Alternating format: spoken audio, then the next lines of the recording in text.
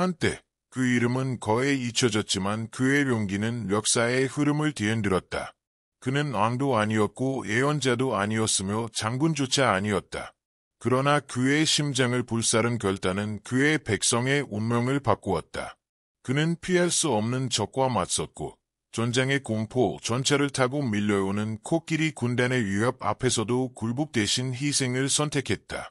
헬레니즘 제국이 이스라엘의 믿음을 지우려 할 때 단 한 사람의 용기가 그들의 권세에 균열을 냈다. 이는 엘르아살 마카베오의 이야기다. 무릎 꿇는 민족을 보는 것보다 그는 서서 죽는 길을 택한 전사였다. 그러나 그의 이야기는 단순한 전투의 서사가 아니다. 그것은 세월을 관통하는 경고이며 지금 이 순간에도 우리의 가슴을 울리는 예침이다. 만일 당신이 마카베오 가문의 역사를 알고 있다고 생각한다면 다시 생각하라. 지금부터 펼쳐질 이야기는 세상이 거에 묻어버린 진실이자 단 한 번도 들려지지 않았던 잊혀진 영웅의 해고록이다.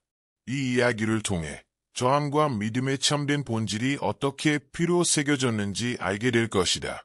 이 영상을 널리 퍼뜨려라. 누군가는 이 영웅을 다시 기억해야 한다. 당시 안티오키아의 거리에는 화려함이 넘쳐났지만 그 찬란함은 한 겹의 어둠을 감추고 있었다. 대리석 기둥 사이에서 흔들리는 햇불 아래 신전의 황금빛 안에서는 음모와 억압이 은밀히 자라나고 있었고 제국의 권력은 탐욕스레 약소 민족들을 짓밟았다. 향신료와 금속이 쏟아지는 시장 한가운데 수많은 애지인들 틈을 조용히 오가는 한 남자가 있었으니 그는 바로 거에 잊혀진 마카베오 가문의 형제 엘레아살이었다. 이방인의 땅에서 유대인으로 살아남기 위해 그는 자신의 혈통을 감췄고 헬라인의 방식으로 숨을 죽이며 살아가야 했다. 그의 옷은 단출했고 장식도 없었으며 그의 얼굴엔 세월과 망명의 고통이 깊이 새겨져 있었다. 그는 누구보다도 잘 알고 있었다. 안티오코 4세 에피파네스의 잔인함과 그 미친 듯한 권력욕을. 자신이 곧 신들의 현신이라 선포한 그 왕은 무자비하게 엘루시드 제국을 통치했다. 엘르아살은 직접 보았다. 사슬에 묶인 유대 포로들이 전쟁의 전리품처럼 거리를 끌려가는 모습을. 돼지고기를 거부했다는 이유로 돌에 맞아 숨진 노인들, 강제로 헤어져 제국에 충실한 하수인으로 길러지던 아이들. 그러나 그 무엇보다 그의 가슴을 찢어놓은 건 유대 땅에서 들려오는 소식들이었다. 예루살렘 성전, 한때 그의 민족의 신앙의 심장, 그 신성한 제단 위에서 이제는 제우스를 위한 불경한 제물이 바쳐진다는 이야기였다. 그날 밤, 도시의 숨소리가 잦아든 어둠 속, 한 사내가 먼지투성이 얼굴로 그의 은신처로 뛰어들었다. 그 젊은 전령의 손에는 밀랍으로 봉인된 두루마리가 들려 있었고, 손은 떨리고 있었다. 엘르아살은 조심스럽게 그것을 받았다. 봉인을 보는 순간 그의 가슴이 조여들었다. 그것은 유다 마카베오의 인장이었다. 손끝이 천천히 봉인을 풀고 촛불이 흔들리는 방 안에서 그는 그 급박하게 적힌 글을 읽기 시작했다. 형제여, 숨는 시간은 끝났다. 우리의 백성은 쓰러지고 우리의 율법은 짓밟히고 있으며 조상의 기억은 피 속에 잠기고 있다. 아버지는 돌아가셨지만 그의 영은 우리 안에서 불타고 있다. 일어나라, 엘르아살. 그림자의 안락함을 버리고 싸움에 합류하라. 하나님은 우리를 잊지 않으셨다. 하지만 그분은 용기 있는 자들을 필요로 하신다. 모딘으로 와라. 가족이 너를 기다린다. 운명이 너를 기다린다. 그 순간 그의 가슴이 멎는 듯했다. 너무 오랫동안 그는 무명의 그림자 속에 숨어 있었다. 민족의 고통을 바라만 보며 자신의 부재가 아무런 해를 끼치지 않으리라 믿었던 나날. 그러나 그 편지는 번개처럼 그의 심장을 내리쳤다. 그의 동생은 단순한 혈육이 아니라 전사로서 그를 부르고 있었다. 기억들이 폭풍처럼 밀려들었다. 유다와 함께 올리브 나무 사이를 달리던 유년 시절, 다윗 왕의 전성기를 꿈꾸던 순수했던 시절, 억압에 무릎 꿇지 않았던 아버지, 마타티아, 그 거룩한 분노로 첫 반란의 불꽃을 일으켰던 사제, 흘러내리는 조국의 피와 그의 머릿속에 울려 퍼지는 율법의 메아리. 너희 하나님은 너희를 잊지 않으셨다. 엘르아살은 갑자기 일어섰다. 마치 망명자의 짐이 그의 어깨에서 벗겨진 듯 그는 주변을 둘러보았다. 수년간 살아온 그 초라한 방. 그러나 이제 더는 그곳에 머무를 이유가 없었다. 두려움도, 체념도 더는 그의 몫이 아니었다. 그는 낡은 단검 하나, 두툼한 애투, 그리고 마른 대추 한 줌을 챙겼다. 망토를 걸치고는 단 한 번도 뒤돌아보지 않았다. 차가운 밤 공기를 가르며 거리로 나왔다. 안티오키아의 밤은 여전히 분주했다. 술 취한 용병들이 웃고 떠들며 골목을 가로질렀고 창녀들이 그림자처럼 미끄러지듯 움직였다. 상인들은 몇 명을 앞두고 짐을 실었다. 그러나 아무도 그 남자의 발걸음을 알아채지 못했다. 그 도시에서 한 사람쯤 사라지는 건 아무 의미가 없었다. 그는 이름 없는 행인처럼 성벽의 대문을 넘어 새벽이 오기 전 사라졌다. 그의 등 뒤로는 황금빛 궁전들과 사람들로 가득 찬 광장이 점점 멀어져 갔다. 불로 조각된 신상들이 남긴 영광은 이제 희미해졌고 그의 앞에는 유대로 향하는 험난한 길이 펼쳐져 있었다. 그곳에는 그의 백성이 있었고 꺼지지 않은 반란의 불꽃이 그를 기다리고 있었다. 엘르아살은 주먹을 꽉 쥐었다. 운명이 그를 부르고 있었고 이번에는 더 이상 외면하지 않을 것이었다. 유대로 향하는 귀환의 길은 고된 시련의 연속이었다. 그는 잘 알려진 길 대신 잊혀진 새길을 따라 조심스럽게 움직이며 셀레오코스 왕국의 순찰병들이 점령한 주요 도로를 피해 숨어 다녔다. 수주 동안 그는 메마른 언덕과 계곡을 지나며 나아갔다. 그의 눈앞에 펼쳐진 마을들은 이미 폐허가 되었고 안티오코스 4세의 포고령에 따라 잿더미로 변해 있었다. 죽음과 절망의 악취가 공기 속에 스며들어 마치 저주처럼 따라붙었고 그가 만난 소수의 생존자들은 굶주린 아이들과 초췌한 노인들뿐이었다. 그들의 눈동자엔 전쟁의 공포가 깊이 뿌리내려 있었다. 밤마다 엘르아살은 풀숲이나 버려진 폐허 속에서 몸을 숨긴 채 자신의 고향이 얼마나 망가졌을지 상상했다. 그의 마음에는 한 가지 질문이 맴돌았다. 이 백성에게 다시 존엄을 되찾게 할 수 있을까? 이 우상의 어둠에 물든 땅에 아직 희망의 빛이 남아있을까? 마침내 긴 여정을 끝낸 어느 날, 그는 언덕 위에서 예루살렘의 성벽을 멀리 바라보았다. 가슴이 쿵쾅거렸다. 그가 기억하던 생기 넘치고 신앙이 살아 숨쉬던 도시는 사라지고 어둠 속에 유령처럼 조용히 서 있었다. 멀리서도 보이는 이방 신전의 첨탑들은 타락의 등불처럼 밤하늘을 물들이고 있었다. 그는 조심스럽게 언덕을 내려와 황량한 거리로 들어섰다. 곧 그는 도시 전역에 배치된 셀레오코스 병사들의 순찰을 감지할 수 있었다. 거리 곳곳에는 헬레니즘의 상징들이 자리 잡고 있었고 이방 신들의 조각상과 왕의 포고문이 벽마다 붙어 있었다. 이스라엘의 하나님을 경배하는 것을 금지하는 명령이 담긴 그 포고문 앞에서 사람들은 강제로 불결한 제물을 바쳐야 했다. 그는 망토로 얼굴을 가리고 그림자 속을 유령하듯 움직이며 도시의 중심부로 향했다. 그리고 마침내 예루살렘 성전에 도착했다. 눈앞에 펼쳐진 광경은 그의 심장을 찢어놓았다. 거룩한 산은 더 이상 하나님의 임재가 머무는 곳이 아니었다. 메노라의 불빛은 꺼졌고 거룩한 뜰에는 이방 제사장들이 들끓고 있었다. 번제단 위에는 제우스를 위한 희생제물이 된 황소가 피를 흘리고 있었고 외인들의 찬양은 사라졌으며 그 대신 헬라어로 된 노래가 울려 퍼졌다. 거룩했던 향은 사라지고 악취와 더러움이 그 자리를 대신하고 있었다. 엘르아살은 분노가 깊은 고통으로 변하는 것을 느꼈다. 그의 조국은 더럽혀졌고 그의 하나님은 모욕당했으며 그의 백성은 자신의 땅에서조차 노예가 되어 있었다. 그러나 그는 슬퍼하기 위해 돌아온 것이 아니었다. 그를 부른 것은 한 가지 사명. 그는 곧장 도시의 변두리로 향했고 경비병들과의 접촉을 피했다. 아직 남아있는 숨은 애국자들만이 진실을 알고 있을 것이라 생각한 그는 그림자 속에서 저항을 이어가는 자들을 찾기 시작했다. 그날 밤 그는 충직한 상인을 가장해 어두운 골목에서 약속된 접촉을 했다.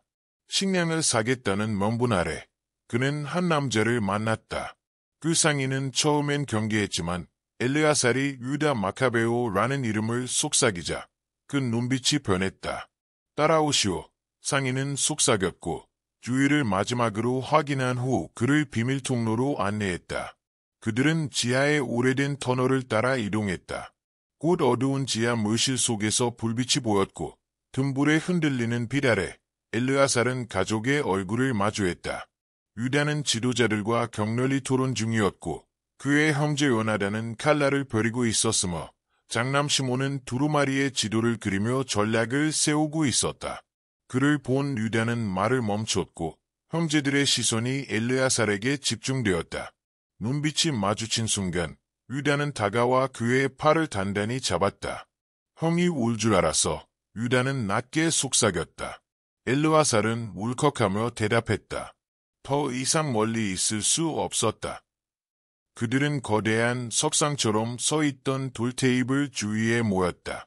마카베오 형제들과 동지들은 다음 단계의 반란을 계획하고 있었다. 점령지를 탈환하고 억압받는 이들 속에 다시 불꽃을 피우기 위한 전략이 오갔다. 그러나 누군가의 묵직한 음성이 그 긴장된 공기를 가르며 울려 퍼졌다. 전쟁을 말하기 전에 우리는 하나님의 뜻을 헤아려야 하오. 모두의 시선이 어둠에서 걸어 나오는 한 인물에게 향했다. 그는 흰 수염을 지닌 노인이었고 단순한 내복을 입고 있었지만 그의 존재는 마치 오래된 예언처럼 무게를 지니고 있었다. 시몬. 헌자. 엘르아살은 중얼이며 그를 알아보았다. 그 노인은 성전이 모독당하기 전까지 그곳을 섬기던 제사장이었다. 그는 엘르아살의 어깨에 손을 얹고 깊은 눈빛으로 그를 들여다보았다. 그대가 돌아왔구려. 그의 목소리는 부드럽지만 의미심장하게 울렸다. 내 백성이 날 필요로 하기에 돌아왔습니다. 엘르아살이 답했다. 그러나 시몬은 고개를 저으며 말했다. 그대는 돌아온 것이 아니라 예정된 길을 따라온 것이오. 그 순간 지하실 안에는 침묵이 내려앉았다. 모두가 현자의 다음 말을 기다렸다. 하나님은 우리에게 길을 보여주셨소. 시몬이 이어 말했다. 옛 예언 속엔 이스라엘의 영광을 회복할 자에 대한 말씀이 있소. 그는 의인의 집에서 태어나 어둠과 맞서 싸울 자이며 그의 희생은 새 시대의 서막이 될 것이오. 엘르아살은 관자놀이가 뛰는 것을 느꼈다. 무슨 말씀을 하시는 겁니까? 헌자여. 시몬은 의미심장한 미소를 지으며 대답했다. 정의로운 왕들의 시대는 아직 끝나지 않았소. 그리고 지금 이 전쟁에는 상상조차 못한 운명을 지닌 자들이 부름을 받았소. 그 말이 끝나자 멀리서 천둥이 우르릉거렸다. 예루살렘 위로 몰아치는 폭풍은 하늘이 전쟁의 새로운 막을 예고하듯 울부짖고 있었다. 그 격렬한 빗소리와 함께 마타티아스의 사망 소식이 엘르아살에게 들이닥쳤다. 비록 그의 아버지가 고령이었음을 알았지만 그 강인한 심장이 멈추었다는 현실은 쉽게 받아들여지지 않았다. 마타티아스는 단지 반란의 지도자였던 것이 아니라 한 가문의 기둥이었고 민족 전체의 도덕적 중심이었다. 그의 죽음은 하나의 시대가 끝났음을 의미했고 동시에 더욱 치열한 투쟁이 시작됨을 알리는 종소리였다. 슬픔에 빠질 시간은 없었다. 마카베오 형제들에게는 눈물을 흘릴 여유조차 없었다. 셀레우코스 제국의 억압이 다시 그들의 민족을 덮치고 있었고 단 한순간의 흔들림도 허용되지 않았다. 이때 유다가 가장 단호한 장남이 반란의 지휘권을 이어받았다. 그의 꺾이지 않는 의지, 전투에서의 기민한 전략, 그리고 불꽃처럼 타오르는 신앙은 그를 자연스럽게 민족의 지도자로 만들었다. 곧 그의 이름은 유대 전역에 퍼져나가기 시작했다. 희망처럼 퍼지는 속삭임, 이스라엘의 망치, 유다 마카베오. 하지만 엘르아살의 내면은 복잡했다. 유다가 군대를 이끌고 매복 작전을 계획하는 동안 그는 자신의 자리가 어디인지 분명히 느낄 수 없었다. 충성과 용기에는 의심의 여지가 없었지만 검을 들고 피를 흘릴 때마다 그의 내면에서 낯선 목소리가 들려왔다. 이스라엘의 구원은 단지 칼날의 힘으로만 이루어지지 않는다. 그는 기다려야 한다는 확신을 느꼈다. 그의 순간은 다르게 어딘가에서 오고 있다는 것을. 그리고 그 운명이 응답한 것은 어느 달빛조차 숨은 밤이었다. 그는 반군의 야영지를 떠나 잿더미로 변한 한 마을의 폐허 속을 홀로 걷고 있었다. 무엇을 찾는지도 모르고 그저 잃어버린 고향의 흔적을 더듬고 있었을지도 모른다. 돌무더기 사이를 지나던 그 순간 그림자 속에서 한 인물이 조용히 나타났다. 짙은 어둠 같은 옷을 걸치고 얼굴은 망토로 가려져 있었으며 그의 태도는 놀라울 정도로 침착했다. 경계심 많은 엘르아살은 즉시 단검의 손잡이를 움켜쥐었다. 그러나 그 낯선 사내는 손을 들어 보이며 평화를 뜻했다. 마타티아스의 아들아, 두려워 말거라. 낮게 울리는 목소리가 그의 귀를 때렸다. 나는 이 순간을 오래 기다려왔다. 엘르아살은 눈살을 찌푸리며 물었다. 당신은 누구요? 무슨 목적이요? 사내는 아무 말 없이 윗눈으로 쌓인 작은 꾸러미를 내밀었다. 나는 중요하지 않소. 중요한 건 이것이오. 조심스럽게 그것을 받아 펼쳐본 엘르아살은 숨을 삼켰다. 그것은 오래된 검이었다. 그날 밤의 공기조차 멈춘 듯했다. 검날은 빛바랜 은으로 빛났고 손잡이는 금과 상아로 정교하게 조각되어 있었으며 히브리어의 문양이 새겨져 있었다. 차가운 금속을 만지자 그의 손끝은 떨렸다. 이게 무슨 뜻입니까? 그는 눈을 떼지 못하며 물었다. 남자는 한 발짝 물러섰다. 이 검은 다윗 왕의 것이오. 그의 치세 시절에 버려졌고 예언자 나단에 의해 거룩히 구별되었소. 이는 평범한 무기가 아니오. 하나님의 이름으로 그것을 지는 자는 이스라엘의 역사를 바꾸게 될 것이오. 그 말은 무거운 짐처럼 그의 영혼을 눌렀다. 하필 나입니까? 지도자는 유다입니다. 백성의 짐은 그의 몫이 아닌가요? 사내는 미소를 지었다. 유다는 하나님의 망치요. 그러나 그대는 그 방패가 되어야 하오. 그가 말을 마치기도 전에 사내는 돌아서더니 밤의 암흑 속으로 사라졌다. 남겨진 엘르아살은 앙손에 검을 들고 서 있었다. 그때부터 알 수 없는 불꽃이 그의 가슴 속에서 피어올랐다. 어떻게, 언제, 무엇을 해야 할지는 몰랐지만 그는 느꼈다. 이 검은 단순한 무기가 아닌 그의 민족의 구속을 여는 열쇠라는 것을. 그날 이후 그는 다시 길을 나섰다. 앞에 펼쳐진 사막은 바위와 모래로 이루어진 바다처럼 광활했고 시간마저 멈춘 듯한 곳이었다. 그는 반군 놔령지의 안전을 뒤로한 채 단호한 발걸음으로 그 속으로 걸어 들어갔다. 전쟁은 끝나지 않았고 유다가 최전선에서 싸우고 있었지만 엘르아살은 자신의 역할이 아직 밝혀지지 않았다는 생각을 떨칠 수 없었다. 그의 등에 맨 검은 단지 쇠붙이가 아니었다. 그것은 약속의 무게, 운명의 무게였다. 그는 태양의 불길을 피하기 위해 망토를 두르고 가죽 가방에 소량의 물과 대추야 자만을 챙긴 채 사막의 고요함 속으로 들어갔다. 그는 명확한 해답을 원했다. 자신보다 크신 그분의 뜻을. 모세가 떨기나무에서 하나님의 음성을 들었고 엘리야가 바람 뒤에 속삭임 속에서 그분을 만났던 것처럼 엘르아살 역시 그 무언가를 찾아 헤맸다. 날이 지나고 허기와 갈증이 그를 무너뜨리기 시작했다. 남은 것은 한 줌의 대추야저와 말라가는 물병뿐이었다. 바람은 그의 얼굴을 매섭게 때렸고 밤의 추위는 그의 약함을 드러냈다. 아침이 밝을 때마다 그는 이 여정이 과연 의미 있는 것인지 의문을 품었다. 하나님께서 아직도 사람에게 말씀하시는가? 아니면 자신은 헛된 길을 걷고 있는가? 넷째 밤, 지친 몸이 한 바위 위로 무너져 내렸다. 눈을 감으며 처음으로 의심을 품었다. 이것이 시험인가? 아니면 그저 어리석은 환상일 뿐인가? 그때 어둠 속을 찢는 눈부신 빛이 하늘을 갈랐다. 부드러운 바람이 그의 얼굴을 감쌌고 그가 눈을 뜨자 금빛에 쌓인 존재가 그의 앞에 서 있었다. 그는 사람이 아니었다.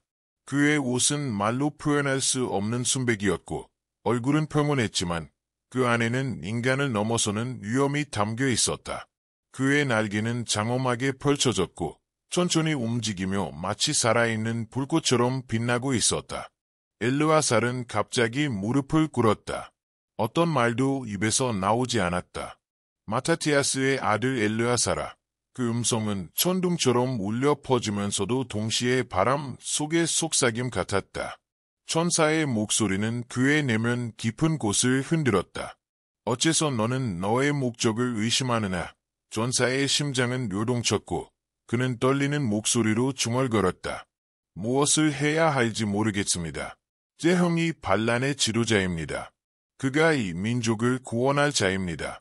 저는 그저 명령을 따를 뿐입니다. 천사는 조용히 고개를 숙이며 생각에 잠긴 듯했다. 그리고 조심스럽게 입을 열었다. 너는 왕관을 쓰거나 왕후를 든 자만이 역사를 바꾼다고 생각하느냐? 엘르아살. 그는 대답하지 못했다. 그저 숨만 내쉴 뿐이었다. 들으라, 엘르아살. 하나님의 손이 너를 붙들고 있다. 비록 너는 그것을 느끼지 못해도 모든 자가 칼을 휘두르는 팔로 부름받은 것은 아니다. 어떤 이는 방패가 되어야 하며 신앙의 불꽃을 보호해야 한다. 절망의 광풍이 몰아칠 때 그 불꽃을 꺼뜨리지 않도록. 천사의 손이 뻗자 그의 눈앞에 환상이 펼쳐졌다. 피가 강처럼 흐르는 격전, 찬란히 빛나는 성전, 전쟁의 중심에 선 유다의 모습, 그리고 마지막으로는 다윗의 검을 들고 민족을 이끄는 자신의 모습. 너의 운명은 단순한 병사가 아니라 천사의 말이 이어졌다. 너는 수호자이며 전략가이고 폭풍 속의 등불이다. 적군의 숫자는 셀 수 없이 많지만 너의 지혜와 믿음으로 이스라엘은 쓰러지지 않을 것이다.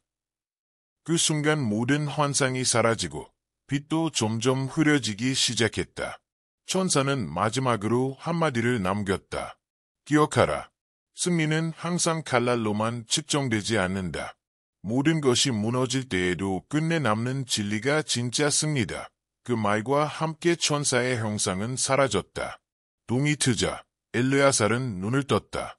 그의 몸은 다시 힘을 되찾았고 마음은 전보다 더 또렷했다. 이제 그는 자신이 무엇을 해야 하는지 알았다. 더 이상 형제의 그림자에 머물 존재가 아니었다. 그는 민족의 해방을 위한 결정적인 조각이었다. 그는 자리에서 일어났다. 검을 허리에 찬 채 전쟁의 소용돌이로 돌아갈 준비를 마쳤다. 이스라엘의 운명을 가를 전투가 다가오고 있었다. 붉은 빛으로 물든 새벽이 언덕을 타고 밀려올 때 마카베오 형제들은 역사상 가장 중요한 싸움 중 하나를 준비하고 있었다. 아침의 공기는 짙었고 땅의 습기와 피의 예감이 뒤섞여 있었다. 엘르아살은 에마우스 계곡을 내려다보며 수천 명으로 구성된 셀레우코스의 대군을 응시했다. 그곳에는 군막이 끝없이 펼쳐져 있었고 중앙에는 적장의 깃발이 바람에 나부끼고 있었다. 적군을 이끄는 이는 고르기아스 장군이었다. 그는 냉혹하고 교활한 전략가로 명성이 자자했고 이번에는 수적으로도 훨씬 우세한 병력을 이끌고 있었다. 그 안에는 그리스 용병, 셀레우코스 병사, 그리고 거대한 전투 코끼리들까지 있었다. 이는 누구에게나 공포의 대상이었다. 하지만 마카베오 군은 달랐다. 그들은 전쟁의 광기 속에서 태어난 자들이었고 믿음의 불꽃으로 단련된 전사들이었다. 그들의 싸움은 단지 군사적 충돌이 아니라 신앙과 자유를 위한 내침이었다. 작은 언덕 위에 오른 유다는 그의 군대에게 연설을 시작했다. 목소리는 강하고 흔들림이 없었다. 형제들이야, 그들의 숫자나 철의 무기를 두려워하지 말라. 코끼리와 오만한 군세를 두려워하지 말라. 우리의 승리는 인간의 힘이 아니라 지극히 높으신 분의 손에서 오는 것이다. 오늘 우리는 증명할 것이다. 이스라엘은 결코 우상이나 이방의 왕에게 무릎 꿇지 않는다. 마카베오 군의 함성이 대지를 울렸다. 절망을 뚫는 포효는 계곡을 가로질러 메아리쳤다. 엘르아살은 허리에 찬 다윗의 검에서 진동을 느꼈다. 사막에서의 환상이 아직도 내리에 생생히 남아있었다. 그는 알았다. 오늘의 전투가야말로 그의 운명이 역사의 한가운데로 떠오르는 순간이라는 것을. 전략은 위험했지만 절박한 만큼 강력했다. 유다는 정면 승부를 피하고 나간 기습을 택했다. 병력을 둘로 나누어 적이 잠든 틈을 노려 진영을 습격하는 계획이었다. 고르기아스는 유대인 진영을 향해 진격하고 있었지만 정작 그곳은 이미 비어 있었다. 달빛 아래 유다와 전사들은 산등성이를 타고 조용히 이동했다. 곧 적진에 도착하자 혼란이 폭풍처럼 터져나왔다. 전투는 시작부터 대혼란이었다. 병사들은 잠결에 공격당했고 장막은 불타올랐으며 말들은 광란에 빠져 울부짖었다. 비명과 혼란이 사방을 뒤덮었다. 엘르아살은 정예 병사들을 이끌고 적장들이 잠들어 있는 중심부를 향해 돌진했다. 칼날은 정확하고 신속했다. 적의 장군들은 재정비할 틈조차 없이 쓰러졌다. 그러나 그 소령돌이 속 엘르아살의 귀에 피를 얼게 하는 소리가 들렸다. 어린아이의 울음소리였다. 그는 소리의 방향으로 달렸다. 불타는 장막 사이를 뚫고 나아가자 뒤집힌 수레의 잔해 틈에 작은 아이가 몸을 움츠린 채 숨어 있었다. 겨우 6살 정도 되어 보였다.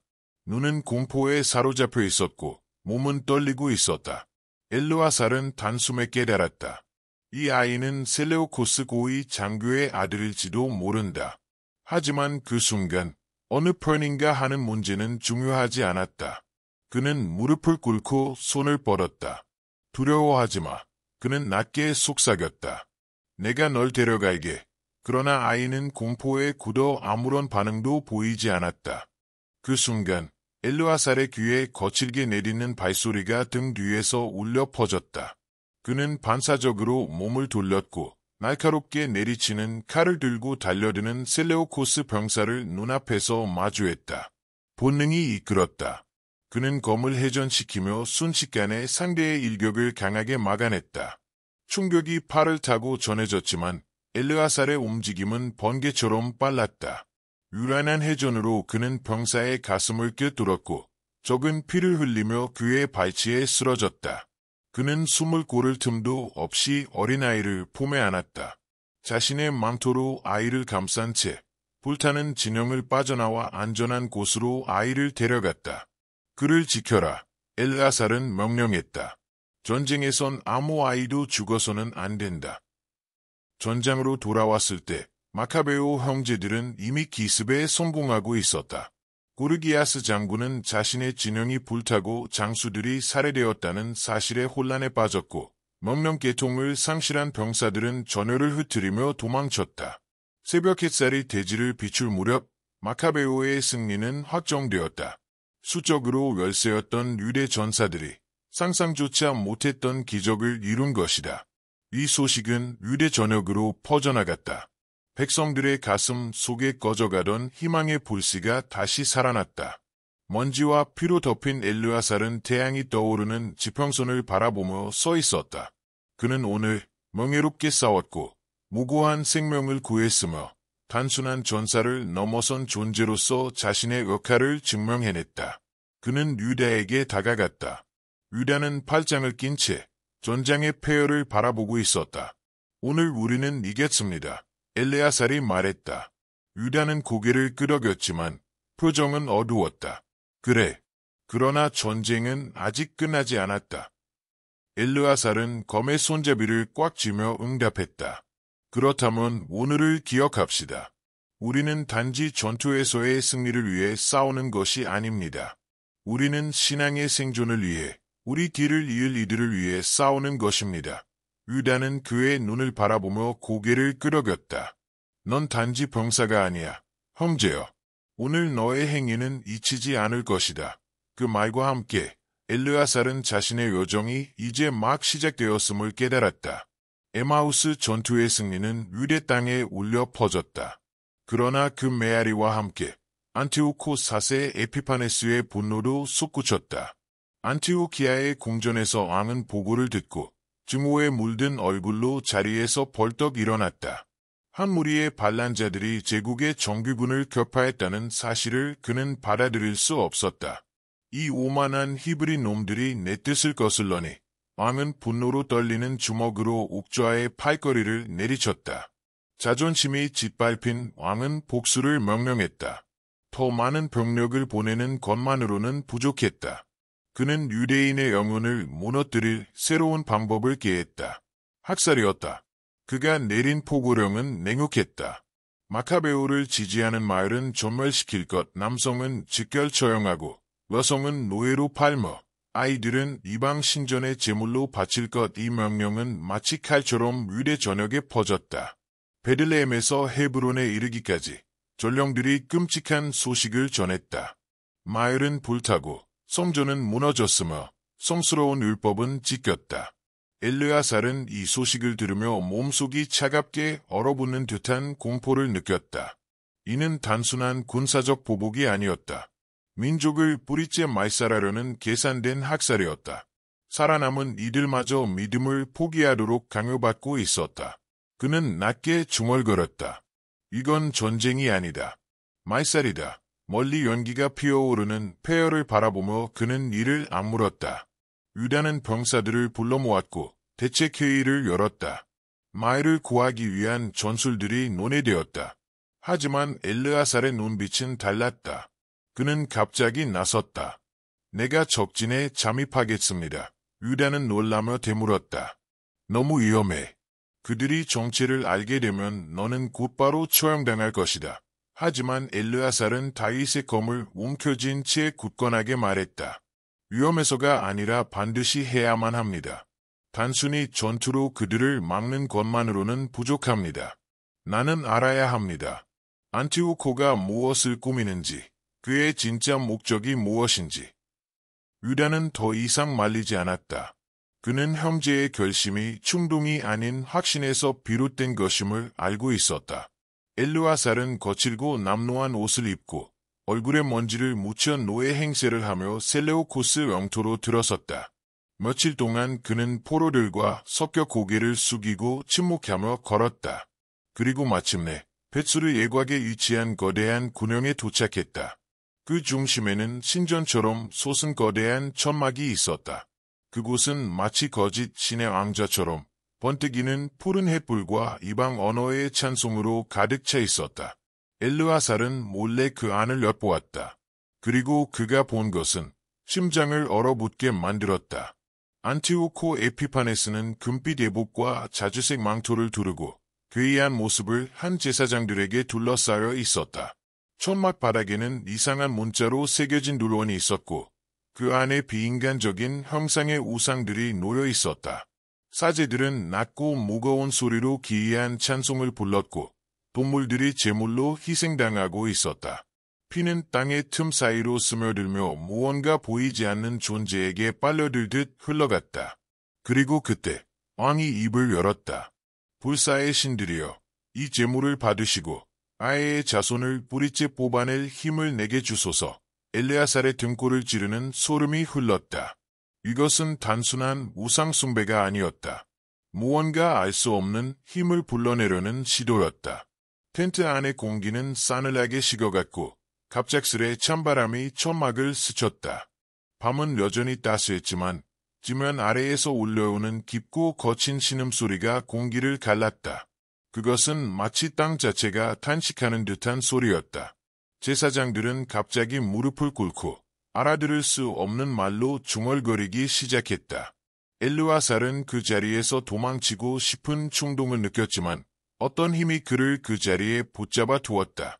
그는 떨리는 손으로 검을 움켜쥐고 눈을 감은 채 낮은 목소리로 속삭였다.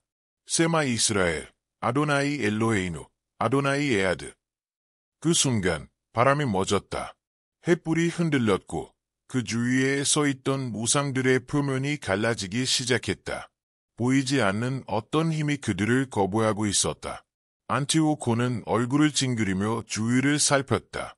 무언가 방해하고 있다. 그의 목소리는 의심과 불안으로 가득 차 있었다. 그 짧은 혼란 속에서 엘르아살은 조용히 어둠 속으로 몸을 숨겨 빠져나왔다. 맥박이 귀를 때리는 가운데 그는 그림자 사이를 지나 도망쳤다. 그는 충분히 보았다. 이 전쟁은 단지 자유를 위한 투쟁이 아니었다. 그것은 빛과 어둠 사이의 충돌이었고 안티오코는 단지 세속적인 권력을 추구하는 자가 아니었다. 그는 인간의 이성을 넘는 무언가를 찾고 있었다. 엘르아살이 마카베오 진영으로 돌아왔을 때 그가 본 것을 모두 털어놓았다. 유다는 입술을 굳게 다문 채 조용히 들었다. 그의 얼굴엔 긴장감이 어렸다. 내 말이 사실이라면 우리가 맞서고 있는 적은 우리가 생각했던 것보다 훨씬 더 위험한 존재다. 엘르아살은 무겁게 고개를 끄덕였다. 이제 우리는 것만으로 싸워선 안 됩니다.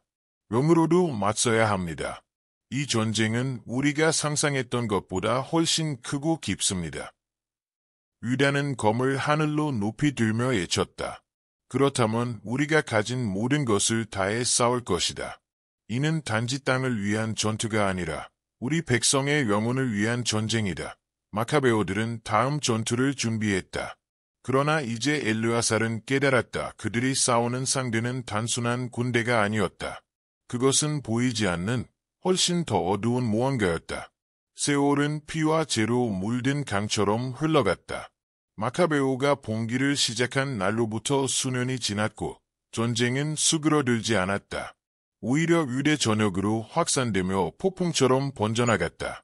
매 전투는 생존의 시험이었고 모든 승리는 다음 피바람 전의 짧은 숨결이었다. 그러나 반란의 불꽃은 꺼지지 않았고 이스라엘의 하나님에 대한 믿음은 그들을 지탱시켰다.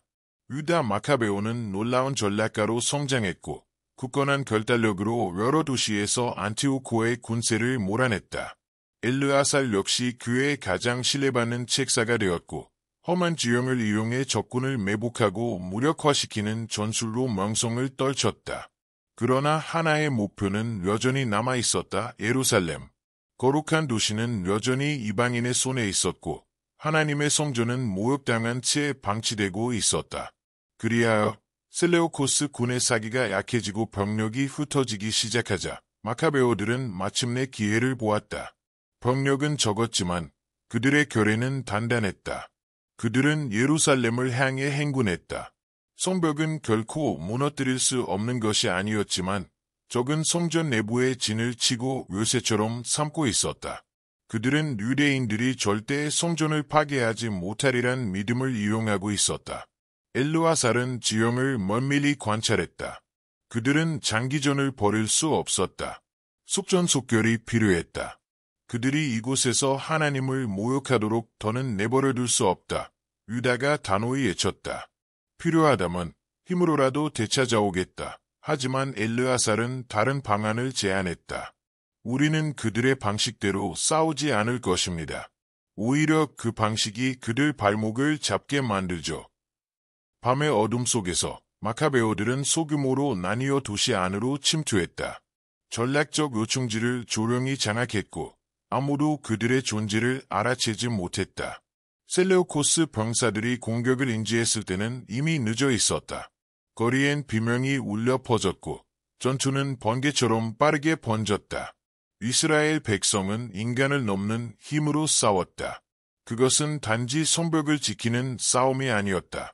성결함을 되찾기 위한 전쟁이었다. 새벽이 오고 마지막 셀레우코스 병사들이 성전에서 쫓겨났다. 거룩한 장소에 정적이 내려앉았다. 유다, 엘르아살, 그리고 살아남은 제사장들은 모욕당한 성전을 조용히 걸었다. 제단은 파괴되어 있었고 등잔은 낙탈당했으며 제우스의 우상이 성소의 중심에 여전히 우뚝 서 있었다. 유다는 말없이 앞으로 나아갔다. 그리고 검을 높이 들어 우상을 내리쳤다. 그 우상은 바닥에 부딪히며 산산조각 났다. 제사장들은 정화의식을 시작했다. 바닥을 물과 기도로 씻고 새 제단을 세웠으며 등잔대를 다시 준비해 하나님의 임재를 상징하는 빛을 되살릴 준비를 마쳤다. 하지만 정결한 기름은 단지 하루 분량밖에 남지 않았다. 새 기름을 준비하려면 최소 8일이 필요했다. 엘르아살은 조용히 말했다. 우리는 할 수 있는 것을 하자. 나머지는 하나님께 맡기자. 그 말대로 제사장들은 메노라에 불을 밝혔다. 그러자 놀라운 일이 벌어졌다. 단 하루 분량의 기름이 여드레 동안 꺼지지 않고 타올랐다. 그 순결한 불꽃은 성전을 밝혔고 민족의 상처 입은 가슴에 희망의 불씨를 되살렸다. 백성은 울부짖으며 기뻐했다. 하나님께서 그들을 버리지 않으셨다는 명확한 표적이 그 불빛에 있었다. 예루살렘은 환희로 가득 찼고 집집마다 햇불이 밝혀졌으며 사람들은 거리로 나와 환호했다. 그들의 기쁨은 단지 적을 무찔렀다는 것이 아니었다. 그것은 절망을 이겨낸 신앙의 승리였다. 그러나 그 축제의 중심에서 엘르아살은 묵묵히 침묵을 지켰다. 유다는 형제의 침묵을 알아차리고 조용히 다가와 그의 어깨에 손을 얹었다. 오늘은 기뻐해야 할 날이네. 그가 말하며 미소를 지었다. 하나님께서 우리에게 승리를 주셨잖아. 엘르아살은 고개를 끄덕였지만 그의 시선은 메노라의 불꽃에 고정되어 있었다. 알고 있어, 형제여. 하지만 이 이야기 속에서 나의 역할이 아직 끝나지 않은 것 같아. 유다는 진지한 표정으로 물었다. 그 사막에서 무엇을 본 것이나, 엘르아살. 엘르아살은 한동안 대답하지 못했다. 그의 마음은 여전히 그날 밤 천사가 전한 예언과 경고로 가득 차 있었다.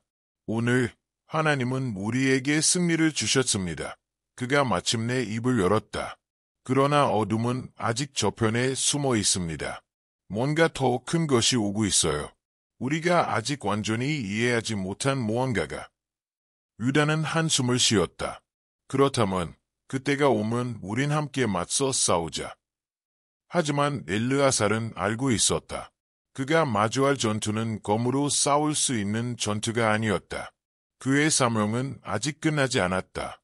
메노라의 불꽃이 꺼지지 않고 타오르는 동안 그의 내면에도 또 다른 불꽃이 점화되고 있었다. 예루살렘에서의 승리는 전쟁의 종결이 아니었다. 상처 입은 셀레우코스 제국은 물러갔지만 패배하지는 않았다. 페르시아 먼 땅에서 안티오코 4세는 생을 마감했으나 그의 아들 안티오코 5세 에우파토르는 왕위에 올라 유대를 되찾기 위해 칼을 들었다. 마카베오 형제들은 이제 유일한 저항의 체우보루로 남아있었고 진정한 시험은 아직 다가오고 있었다. 젊은 왕의 장군들은 북쪽에서 수천의 병사들과 함께 군세를 정비했다. 그리고 함께 등장한 존재는 그들의 군대를 공포의 상징으로 만들었다. 전쟁의 개수, 인도에서 데려온 코끼리 군단이었다. 각각은 청동 갑옷으로 몸을 감쌌고 등 위에는 나무로 만든 탑이 세워져 있었다. 그 위에서 궁수들이 화살을 퍼부었다. 셀레우코스 병사들은 이 거대한 짐승들이 등장하면 누구도 감히 맞설 수 없을 것이라 확신했다. 유다와 형제들은 베트자카리아 근처의 계곡에 병력을 배치했다. 땅을 울리며 다가오는 코끼리 떼의 진동, 수천 개의 발굽 소리가 뇌를 때리는 듯 울렸다. 엘르아살은 유다 곁에 서서 저 멀리 지평선을 응시했다. 수많은 죽음을 마주해왔던 그였지만 이번 전투는 전과는 달랐다. 오늘 우리는 단지 생존을 위해 싸우는 것이 아닙니다. 유다는 병사들을 향해 목소리를 높였다. 우리가 쓰러진다면 그것은 명예로운 죽음이 될 것입니다. 그러나 우리가 승리한다면 그것은 지극히 높으신 분의 영광을 위한 것입니다. 병사들은 검과 창을 높이 들고 함성을 질렀다. 그들의 눈빛은 불타올랐지만 마음 한켠에는 두려움도 자리하고 있었다. 전투가 시작되자 땅은 지측을 울렸다. 코끼리들이 전방으로 돌진했고 유대 병사들은 피하려 애썼지만 많은 이들이 그 거대한 발에 밟혀 쓰러졌다. 탑 위에서 쏟아지는 화살은 비처럼 퍼졌고 유대 진영은 빠르게 무너지고 있었다. 그때 엘르아살의 시야에 한 마리의 거대한 코끼리가 들어왔다. 그 짐승은 다른 것들보다 훨씬 컸고 등에 금빛탑이 얹어 있었으며 그 위에는 왕의 깃발이 펄럭이고 있었다. 저기다, 엘르아살이 외쳤다. 저게 왕의 코끼리다. 만약 그 코끼리를 쓰러뜨린다면 셀레우코스 군의 사기는 산산조각 날 것이다. 그는 단 한 번도 망설이지 않았다. 검을 들고 달리며 화살을 피해 나아갔고 쓰러진 병사들과 피로 물든 땅을 가르며 앞으로 나아갔다. 그의 시야는 먼지와 피로 흐려졌지만 발걸음은 멈추지 않았다. 그는 탑을 지탱하는 가죽끈을 붙잡고 필사적으로 코끼리의 등 위로 기어올랐다. 짐승은 고함을 지르며 몸을 흔들었고 탑 안의 병사들은 그를 발견했지만 이미 늦었다. 엘르아살은 그들 위로 돌진했다. 칼날이 빛났고 병사들이 하나둘 쓰러졌다. 그리고 마침내 탑은 비어 있었다. 그는 숨을 고를 새도 없이 칼을 들어 코끼리의 척수에 꽂았다. 짐승은 전장을 뒤흔드는 비명을 질렀고 거대한 다리가 무너졌다. 몸체는 흔들리며 균형을 잃었다. 그러나 바로 그 순간 엘르아살은 자신의 치명적인 실수를 깨달았다. 그는 아직 짐승의 바로 밑에 있었던 것이다. 도망칠 시간이 없었다. 거대한 코끼리는 그대로 무너졌고 엄청난 무게로 그를 땅바닥에 짓눌렀다. 통증은 한순간이었지만 그 순간에 엘르아살은 예상치 못한 무언가를 보았다.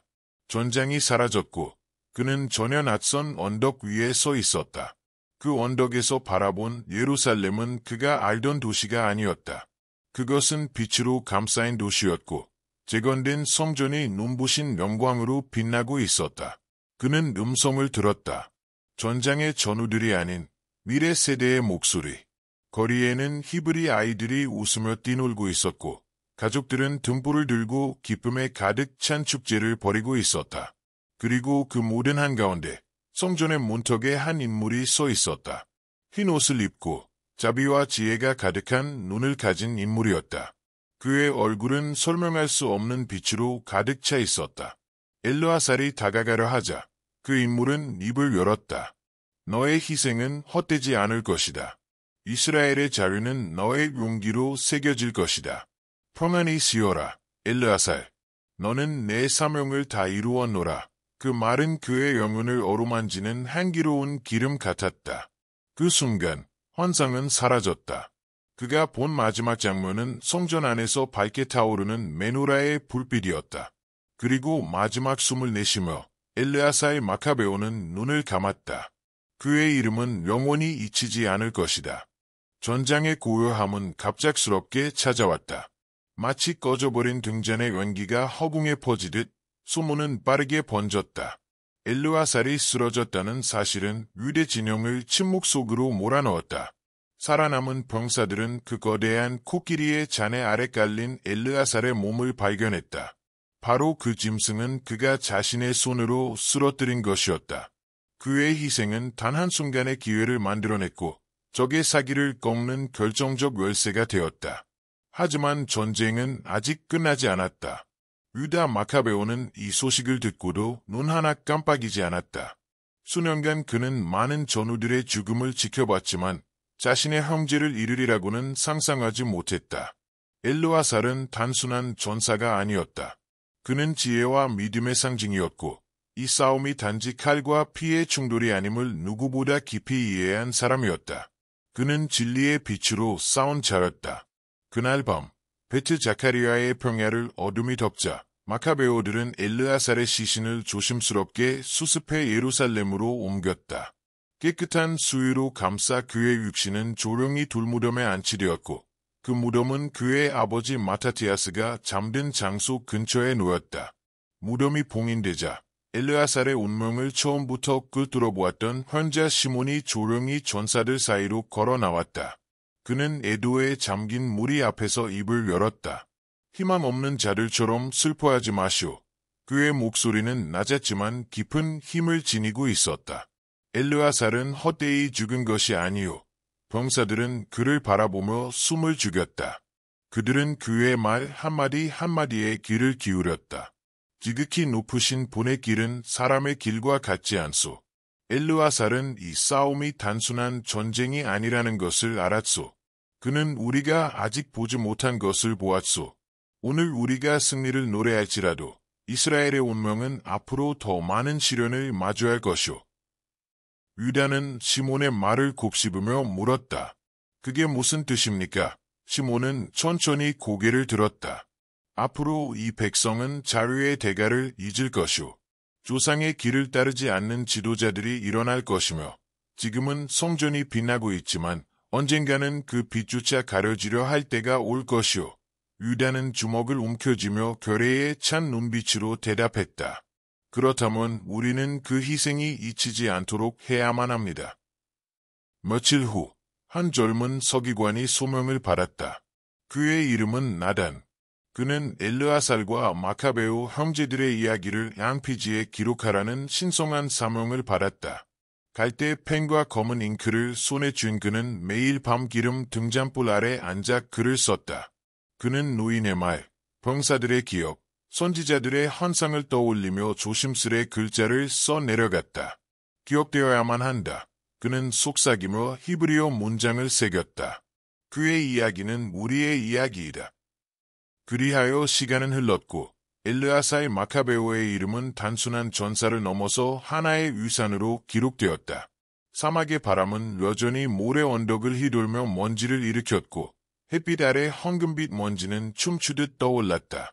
마카베오의 항쟁으로부터 수십 년이 흐른 지금도 그들의 싸움은 이스라엘의 심장 속에서 메아리치고 있었다. 예루살렘은 이제 마타티아스의 손자인 요한 히르카누스의 통치 아래 새로운 도약의 시기를 맞이하고 있었다. 외부의 적들은 여전히 위협으로 존재했지만 하나님의 백성은 여전히 정체성과 신앙을 지켜내고 있었다.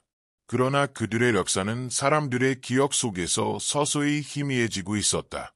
유다와 그의 형제들과 함께 싸웠던 세대는 이미 늙어 세상을 떠났고 새로운 세대는 노예의 고통도 저항의 절박함도 모르는 채 성장했다.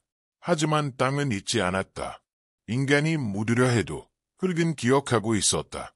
히르카누스 히야의 젊은 병사 하나, 엘리아브라는 이름의 병사는 탐색대와 함께 베트 자카리아의 메마른 평야를 지나고 있었다. 이곳은 마카베오 전쟁 중 가장 피비린내 나던 전투가 벌어졌던 장소였다. 최근 반란과 예세의 위협 속에서 유대군은 국경을 끊임없이 순찰하고 있었다. 태양은 그들의 등을 뜨겁게 내리쬐었고 어느 순간 앞서가던 정찰병 하나가 손을 들어 올리며 외쳤다. 멈춰라.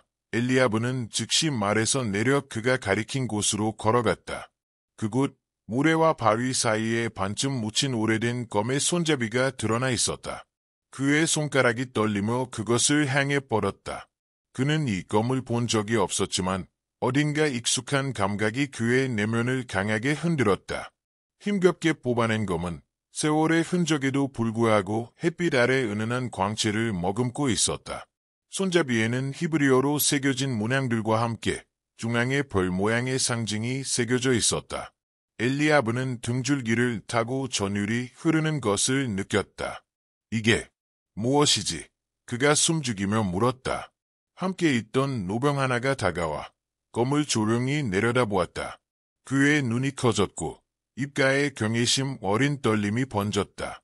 이건 엘르아사의 마카베오의 검이다. 깊은 침묵이 무리를 감쌌다. 그들 모두는 그 이름의 무게를 알고 있었다.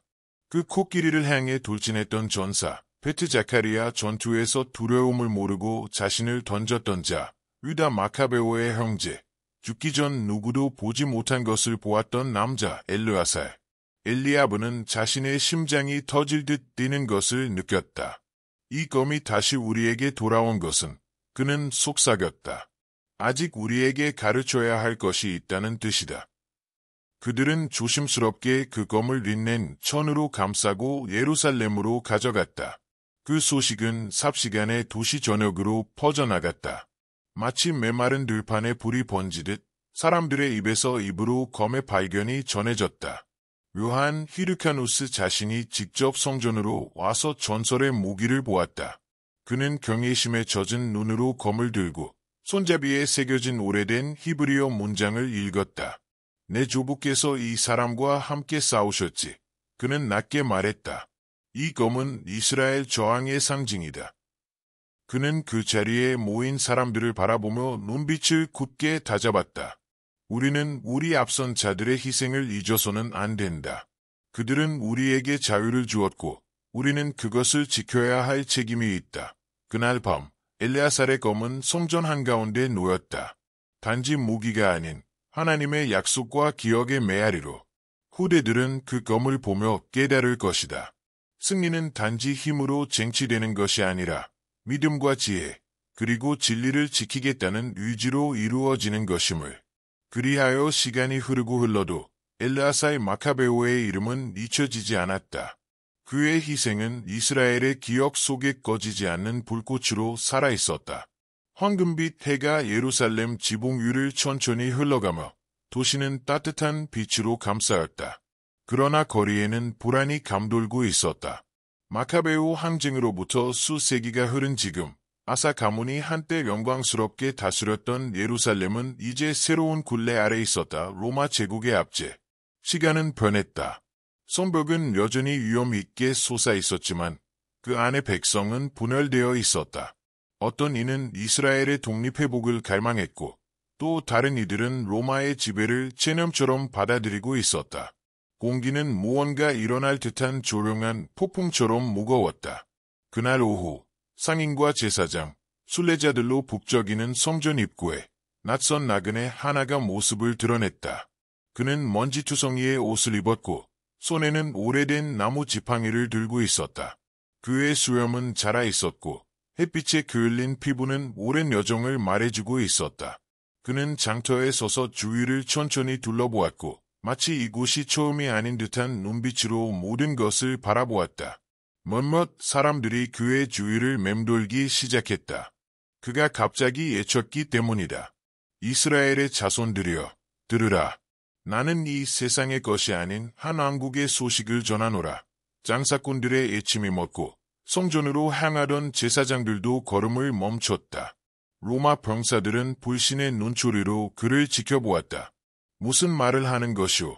이방인, 노인의 물음에 나그네는 지팡이를 들어 성전을 가리켰다. 이곳은 인간의 손으로 지어진 거룩한 장소입니다. 그러나 내가 너희에게 말하노니 머지않아 돌이 아닌 영원한 왕국이 세워질 것이며 그 왕국은 군대나 성벽에 기대지 않을 것입니다. 사람들은 술렁이기 시작했다. 그를 예언자로 여긴 자들도 있었고 위험한 자로 경계한 이들도 있었다. 너는 누구나? 한 서기관이 날카롭게 물었다. 그 남자는 조용히 미소 지으며 대답했다. 나는 그저 전달자일 뿐입니다. 그때 군중 속에서 한 젊은 외인이 그의 말을 경청하고 있었다. 그는 성전의 거룩한 기물들을 관리하는 임무를 맡고 있었으며 율법학자였던 그의 조부로부터 이스라엘의 영웅들 모세, 여호수아, 다윗, 그리고 마카베오들의 이야기를 자주 들었다. 그러나 그 중에서도 그를 가장 사로잡았던 이야기는 엘르아살 마카베오의 전설이었다. 그는 왕이 탄 코끼리를 쓰러뜨리기 위해 자신의 목숨을 던진 자였다. 그리고 그 검은 아직도 성전에 보관되어 있었다. 젊은 레위인은 나그네에게 다가가 물었다. 당신은 새로운 왕국이 온다고 말했지만 그것이 우리와 무슨 상관입니까? 나그네는 그를 똑바로 바라보며 성전을 가리켰다. 저 성전 안에는 한 남자의 검이 보관되어 있지요. 그는 그 검을 들고 자신의 민족을 해방시키기 위해 죽었습니다. 엘르아살 마카베오. 그는 한 인간의 왕과 싸운다고 믿었지만 실은 더 거대한 것과 싸우고 있었던 겁니다. 레이인은 눈살을 찌푸리며 혼란스러워했다. 무슨 말씀이십니까? 나그네는 앞으로 한 걸음 나아가며 목소리를 높였다. 진정한 싸움은 결코 육신의 적을 향한 것이 아니었습니다. 그 대상은 안티오코도 로마도 아니었습니다. 이 세상의 어떤 제국도 아니었지요. 진정한 전쟁은 인간의 심장을 속박하는 어둠과의 싸움입니다. 광장은 일순 정적에 잠겼다. 나그네는 조용히 말을 이었다. 엘르아살은 명예롭게 싸웠습니다. 그는 더 크고 깊은 계획의 일부였습니다. 그의 죽음은 헛되지 않았습니다. 왜냐하면 그의 희생은 곧 다가올 더 위대한 희생의 전조였기 때문입니다. 레이인은 온몸에 소름이 돋았다. 당신은 누구에 대해 말하고 계신 겁니까? 나그네는 조용히 그를 바라보며 천천히 입을 열었다. 곧 오실 그분, 모든 일을 위해 자신의 생명을 내어줄 분, 이스라엘의 참된 왕을 두고 한 말입니다. 나그네의 마지막 말의 광장은 더욱 술렁이기 시작했다. 몇몇은 불안해했고 또 다른 이들은 혼란에 빠졌다. 수수께끼 같은 말만 하시는군요. 한 상인이 소리쳤다. 나그네는 고개를 끄덕이며 대답했다. 곧 알게 될 것입니다. 엘르아살 마카베오가 이스라엘의 자유를 위해 자신의 생명을 내어주었던 것처럼 인자도 자신의 생명을 내어줄 것입니다. 그러나 그는 검으로 승리하지 않고 사랑과 구속으로 정복할 것입니다. 사람들은 침묵했고 젊은 레이는 여전히 수많은 질문으로 마음이 뒤섞인 채 서 있었다. 모든 것을 다 이해할 수는 없었지만 그 낯선 나그네의 말은 이상하리만치 진실처럼 느껴졌다. 그가 다시 말을 걸려 할 때 나그네는 이미 인파 속으로 사라지고 없었다. 단 하나의 확신만이 그에게 남아있었다. 이스라엘 안에서 곧 무언가 엄청난 일이 일어날 것이라는 예감. 그것은 역사를 영원히 바꿀 사건이었다. 밤이 예루살렘 위에 내려앉았다. 별빛 가득한 어두운 하늘 아래 성전에서 멀지 않은 작은 집안의 아이들이 모여 있었다. 그들 앞에는 촛불이 타오르고 있었고 그 불빛은 아이들의 얼굴을 부드럽게 비추었다. 아직 세상의 비밀을 알아가고 있는 그들의 눈동자는 호기심으로 반짝이고 있었다. 그들 앞에 앉은 노쇠한 랍비는 닳아버린 양탄자 위에서 긴 수염을 손가락으로 쓰다듬으며 아이들을 바라보았다. 그는 수많은 세대에게 토라를 가르쳐왔지만 오늘 밤은 모세나 아브라함에 대한 이야기가 아니었다. 오늘 밤 그는 잊혀져선 안 될 전사에 대해 이야기할 작정이었다. 얘들아, 그는 천천히 말을 이었다. 그의 목소리엔 무게가 실려 있었다. 오늘은 엘르아살 마카베오의 이야기를 들려주마. 그는 자신의 백성을 위해 살았고 죽은 사람이란다. 아이들은 숨을 죽이고 그의 말에 귀를 기울였다. 아주 오래전 랍비는 계속했다. 이스라엘의 이름을 이 땅에서 지우려는 자들이 있었단다. 하지만 그때 한 가문이 일어났다. 그들이 바로 마카베오 가문이었다. 그들은 신앙의 힘으로 거대한 군대에 맞섰지. 아이들은 눈을 반짝이며 고개를 끄덕였다. 마카베오 이야기는 익숙했지만 엘르아살의 이야기를 아는 아이는 거의 없었다. 엘르아살은 단지 검으로만 싸운 자가 아니었다. 그는 지혜와 정의로 싸운 자였다. 어느 날 그는 전쟁터에서 거대한 전투 코끼리를 보았단다. 그 위에 적왕이 있는 줄 알고 주저하지 않고 코끼리에게 달려들었다. 그는 짐승을 찔러 쓰러뜨렸지만 그 목에 아래 깔려 생을 마쳤지. 아이들 가운데 한 명이 숨을 들이켰다. 죽었어요. 작은 목소리로 물었다. 랍비는 천천히 고개를 끄덕였다. 그래, 죽었단다. 하지만 그의 희생은 헛되지 않았지. 그의 백성은 계속 싸웠고 결국 적은 물러나서 그의 검은 세월이 흐른 뒤 다시 발견되어 지금은 성전에 보관되어 있지. 랍비는 말을 멈추고 촛불을 바라보았다. 그 불빛은 바람에 살짝 흔들리며 춤을 추었다. 이 불빛을 보거라. 이건 옛날 마카베오들이 성전을 정결하게 하며 밝힌 바로 그 불빛이란다. 이처럼 수세기가 흘렀어도 꺼지지 않은 이 빛처럼 엘르아살의 이야기도 살아있는 것이다. 아이들은 말없이 촛불을 바라보았다. 그중 가장 어린 아이가 조심스레 손을 들었다. 랍비님, 엘르아살은 자신의 이야기가 계속 전해질 거란 걸 알았을까요? 랍비는 미소 지으며 말했다. 아마도 그 순간엔 몰랐겠지. 하지만 죽기 직전 그는 어떤 환상을 보았단다. 그의 백성이 살아남고 하나님의 빛이 결코 꺼지지 않을 미래를. 그럼 우린 절대 잊지 않을게요. 아이가 조용히 말했다. 그래야 한단다. 랍비는 고개를 끄덕이며 미소 지었다. 진정한 승리는 전쟁 속에만 있는 것이 아니야. 기억하는 자의 마음 속에 살아있는 것, 그것이 승리란다. 촛불은 계속 타오르며 아이들의 얼굴을 비추었다. 그 불빛 아래에서 그들은 알지 못한 채 한 전사의 위산을 품고 있었다. 엘르아살 마카베오의 이야기는 단지 전쟁과 희생의 기록이 아니었다. 그것은 신앙, 용기, 그리고 더 큰 목적을 위한 헌신의 증거였다. 그의 이름은 민족의 기억 속에 각인되었고 그의 이야기는 세대를 넘어 전해졌다. 커진 촛불 아래 아이들은 진리와 정의를 위해 싸운 자들을 기억했고 역사 속에서 잊혀지지 않을 불꽃 하나를 마음에 새겼다.